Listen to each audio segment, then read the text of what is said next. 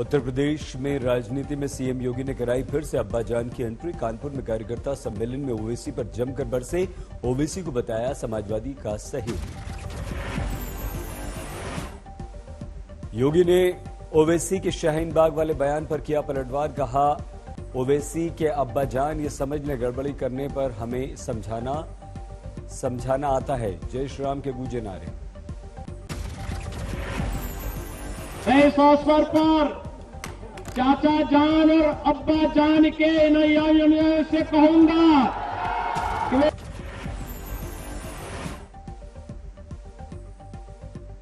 कि विपक्षी दलों की नजरों में भारत के बंटवारे के जिम्मेदार जिन्ना का सम्मान।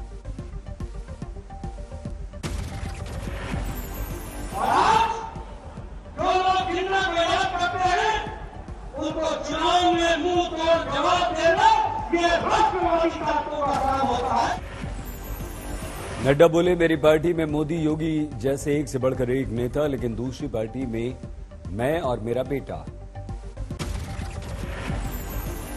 नड्डा ने कहा, समाजवादी पार्टी की सरकार में था गुंडा माफिया राज, योगी सरकार ने इसे खत्म किया।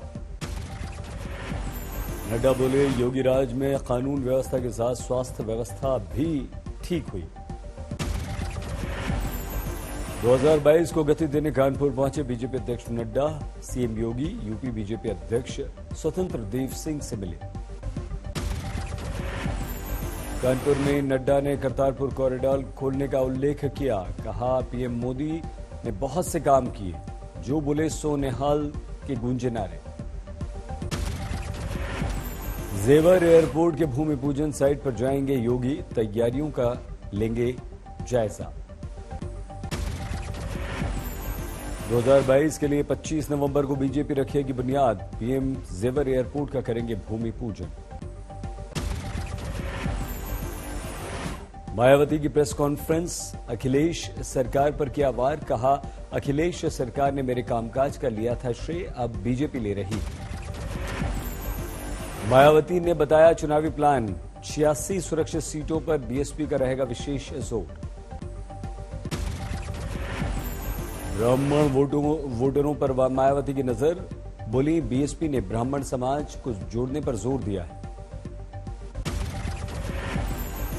अखिलेश के चचा शिवपाल यादव ने भतीजे के सामने गठबंधन की रखी शर्त। कहा, 100 टिकटों का मिले विश्वास तो अखिलेश के साथ गठबंधन। रामगोपाल यादव की मुलायम पर लिखी किताब का अखिलेश ने किया विमोचन। राजनीति के उस पार किताब का नाम। यूपी के मंत्री मोहसिन रजा ने फिर से उठाया कॉमन सिविल कोड का मुद्दा। इलाहाबाद हाई कोर्ट का हवाला दिया। माननीय उच्च न्यायालय ने अपने आदेश में एक देश एक कानून के ऊपर विचार करने को कहा है। कॉमन सिविल कोड को लेकर यह विचारणीय है क्योंकि देश हित में है। मोहसिन रजा ने धर्मांतरण पर दी सफाई। कहा, किसी दूसरे धर्म की लड़की या लड़के के आपस में शादी का विरोध नहीं, लेकिन साजिश और दबाव डालकर धर्मांतरण करने वालों के विरुद्ध। कांग्रेस नेता मनीष तिवारी ने अपनी किताब में मुंबई आतंकी हमले का उल्लेख करते हुए अपनी पार्टी को कटघरे में खड़ा किया। लिखा, 26/11 एक ऐसा अवसर था जब शब्दों से ज्यादा कार्रवाई होनी चाहिए थी। मनीष तिवारी ने किताब में लिखा, पाकिस्तान को अगर निर्दोष लोगों का कत्लेआम करने का खेद नहीं तो संयम की शक्ति की उसे पहचान नहीं। मनीष तिवारी पर एक्शन ले सकती है कांग्रेस। दिल्ली में सोनिया के घर पर पहुंचे दिग्गज नेता।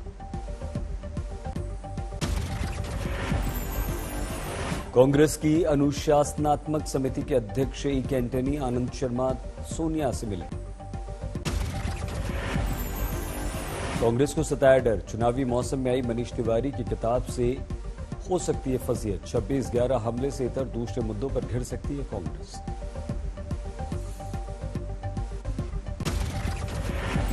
बीजेपी ने तिवारी की किताब का उठाया मुद्दा। गौरव भाटिया बोले, जो तथ्य सामने आए उसे कांग्रेस की विफलता का कबूलनामा माना जाएगा। गौरव ने किया सवाल, तत्कालीन कांग्रेस की सरकार निठल्ली निकम्मी थी, लेकिन क्या उसे देश की अखंडता एकता की भी चिंता थी? निर्णय लेने में उस समय कांग्रेस को क्यों लखवाना? गौरव भाटिया ने पूछा, क्या आज सोनिया और राहुल चुप्पी तोड़ेंगे? उस समय भारत की वीर सेना को खुली छूट क्यों नहीं दी गई? बीजेपी ने कहा, पाकिस्तान को सबक सिखाने और उनकी हैसियत बताने के लिए हमारी वीर सेना पीएम मनमोहन से अनुमति मांग रही थी, लेकिन उन्होंने नहीं दी।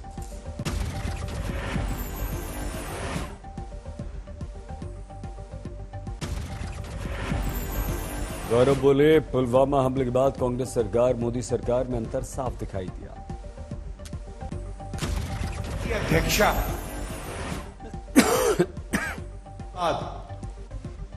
हमारी वीर सेना को खुला हाथ दिया, उसका परिणाम आप सबके समक्ष है। बालाकोट एयर स्ट्राइक हुई।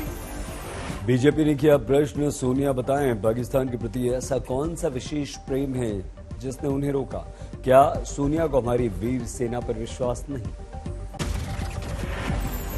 सिद्धू के बयान को भी बीजेपी ने, गौरव भाटिया ने कहा, सिद्धू को पाकिस्तानी पीएम इमरान बड़े भाई नजर आते हैं तो आम हिंदुस्तानी उनके लिए क्या?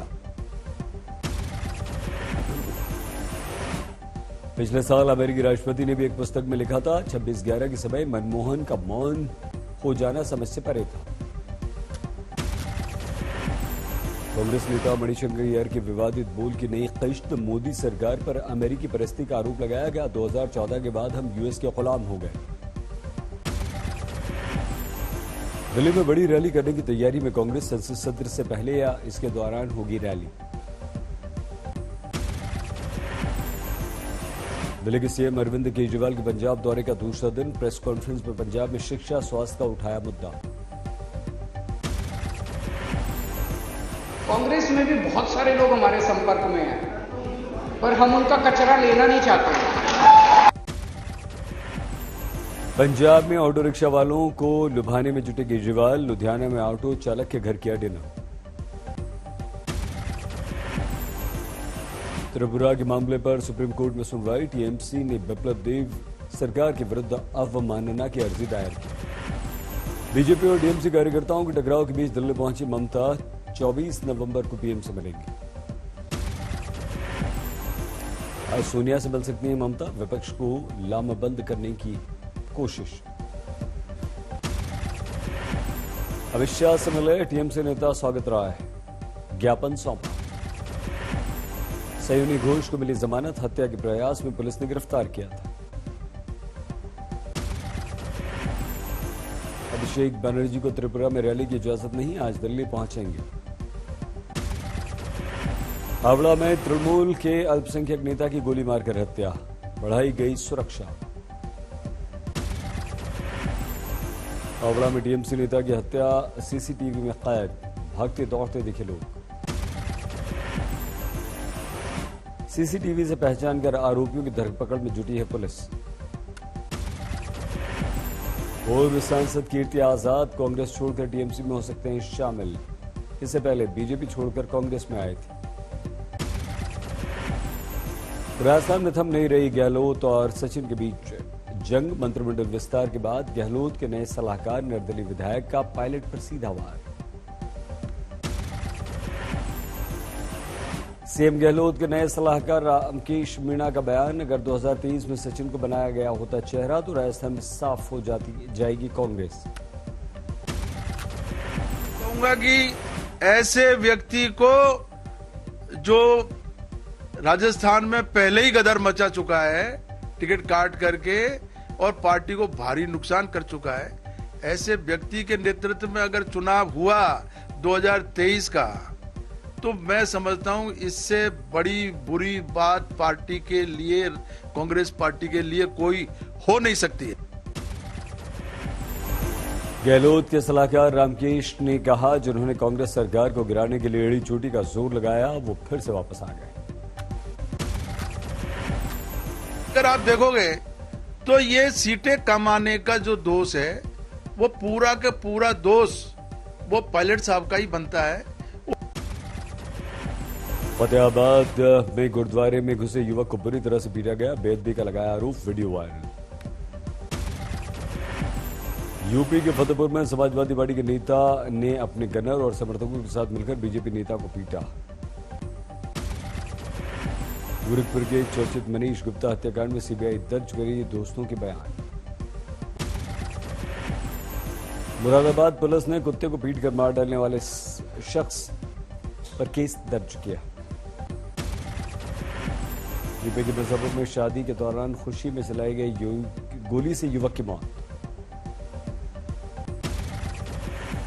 बिहार में शादी में पुलिस की तलाशी के वायरल वीडियो पर हड़कंप बैंक्वेट हॉल में शराब खोजती दिखी पुलिस।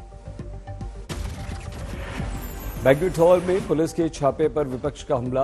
आरजेडी बोली ऐसी मुस्तैदी तो तस्करों को पकड़ने में भी नहीं दिखती। में आ जाओगे, 20,000 की जो आपकी वसूली है बंद हो जाएगी। आप दुल्हनों तक जा रहे हो, महिलाओं तक जा रहे हो। शादी में तलाशी पर नीतीश ने लिया संज्ञान। कहा लोगों को शराबबंदी का करना होगा पालन। समय तय करके पूरा का पूरा अभियान हम लोग सब जगह विभिन्न जगहों पर जाएंगे। कम से कम 10-12 जगह पर हम लोग जाकर के एक एक चीज पर बातचीत करेंगे लोगों के साथ। शराबबंदी पर लालू राबड़ी का गुस्सा। राबड़ी ने नीतीश को बताया तानाशाह। शराब तस्करी का हाई प्रोफाइल गैंग भी पकड़ा गया। मेडिकल छात्रा समेत 2 गिरफ्तार। चारा घोटाले को लेकर सीबीआई कोर्ट में सुनवाई। पटना पहुंचे लालू।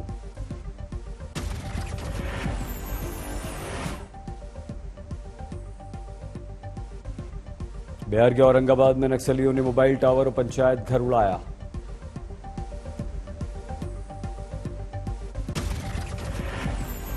बिहार के वारिसलीगंज के विधायक पर हमला। 10 के विरुद्ध केस दर्ज। बांग्लादेश के आर्म्ड फोर्स डे पर दिल्ली में उच्चायोग जाकर रक्षा मंत्री ने दी बधाई। दोनों देशों में अच्छे रिश्तों का किया उल्लेख। शुभेंदु अधिकारी ने ईस्ट मिदनापुर में टीएमसी कार्यकर्ताओं के विरुद्ध दर्ज कराई शिकायत। काफिले पर हमले का आरोप। भगवा यूनिफॉर्म पर हंगामे के बाद रेलवे ने रामायण एक्सप्रेस में सर्विंग स्टाफ के बदले कपड़े। क्रीम कलर की ड्रेस। यूपी में 28 वकीलों पर गिरी गाज। फर्जी क्लेम के मामलों में बार काउंसिल ने किया सस्पेंड। शादी के बाद कोरोना के मामलों में तेजी के आसार। रिपोर्ट का दावा 10 में 6 लोग शादी में हो रहे हैं शामिल। मध्य प्रदेश में सभी स्कूल पूरी क्षमता के साथ खुले।